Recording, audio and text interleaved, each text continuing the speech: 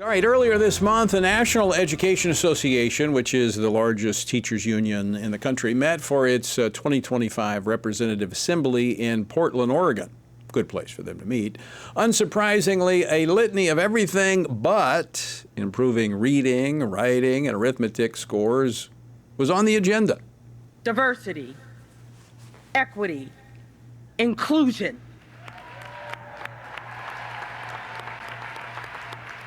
We cannot allow this administration or anyone else reduce these three sacred values to a simple three-letter slur.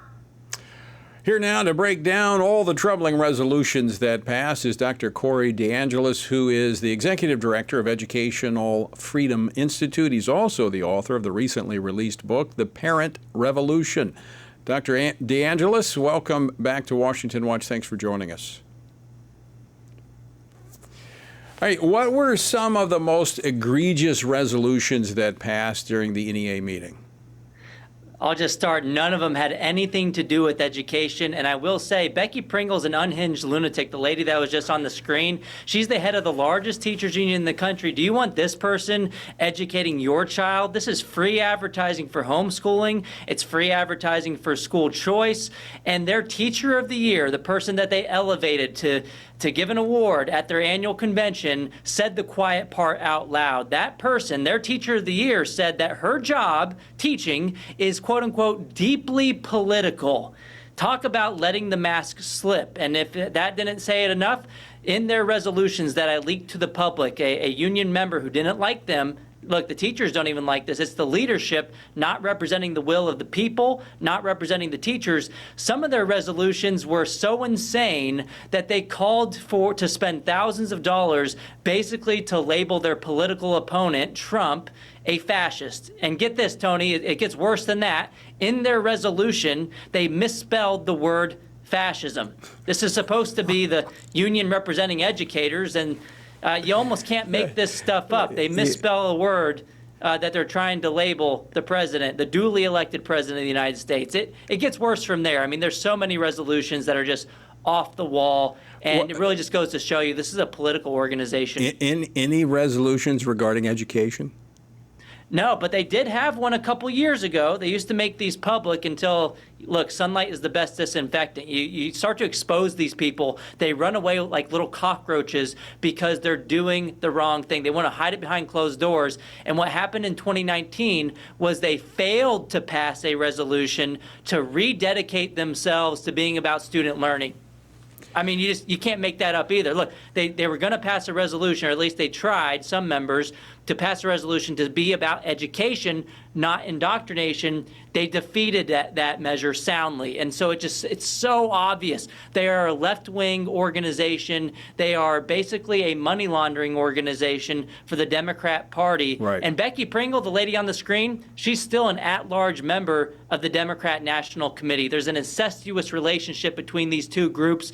We should revoke their federal charter. I have no idea why any labor union should have one. They are the only one. They have this special privilege, this backing by Congress. We need to yank it because they should not be elevated over other groups. Now, is there something underway? There's something underway to do just that, is there not?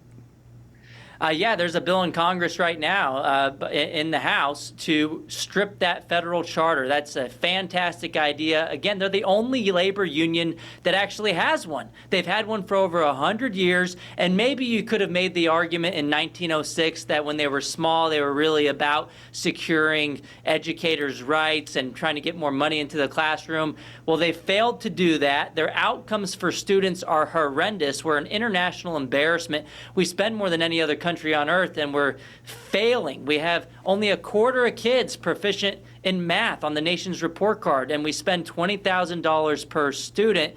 They've gone far from their original purpose. It is all about politics. It is not about education at all. And so, look, we need to stop this one-sided political organization, this incestuous relationship between Democrats and the teachers unions.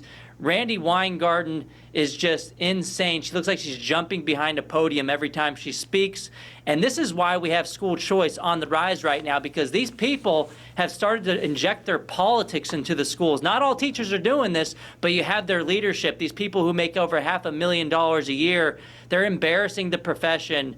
And teacher salaries have been flat over time because the unions, what do they fight for? They fight for more people in the system. That means more dues-paying members, more money to go towards their political pet projects, not to teachers, not to kids. So let's abolish the Department of Education, return it to the states, and not give these unions any special privileges anymore. Now, Corey, you said sunlight is the best disinfectant. But the fact is that from COVID, parents got a kind of a window into what was happening in education, and many of the parents didn't like it, and so we've seen this revolution really in education, school boards being taken over by concerned parents and such. But it appears to me that NEA and others have actually doubled down on their craziness, their unhingedness, as you described it earlier. They're basically like, hold my beer, let's see how stupid we can become. And Randi Weingarten and Becky Pringle are just duking it out to see who can be the most unhinged teachers union president. But they're losing. And hey, if they don't recognize it now, that's fine. We should almost, every time they speak, it's basically an in-kind contribution to the school choice movement. Right. I agree. We've had 17 states pass universal school choice in 4 years, and I dedicated my book to Randi Weingarten for overplaying her hand and awakening a sleeping giant. Parents are upset, they're making their voices heard, and the political winds are finally shifting in our favor. If the teachers unions don't want to come along, fine. We'll keep winning. I think they're a large part of why the Trump administration is going after the dismantling of the Department of Education, because of the groundswell of support that came up post-COVID that was a key part of this past election cycle. Exactly, and Trump won the parent vote by 9 points. That is a seismic shift to the right. He also won on education. That basically never happens. We saw it with Glenn Youngkin in Virginia against Terry McAuliffe. And Trump won, according to Atlas Intel polling. He beat Kamala Harris on education. That is it's the right thing to do. Never happens, Republicans beating Democrats on education, but it's gotten so bad the American people are ready for a change. Corey, thanks so much for joining us. Appreciate the work that you do. Very quickly, we got 20 seconds left. Where can people get a copy of your book? Yeah, you can go to Amazon, you can go to anywhere. Just look up The Parent Revolution. And if you want to check out my work at the American Culture Foundation, just go to AmericanCultureFoundation.org. All right, keep it up. We appreciate what you're doing.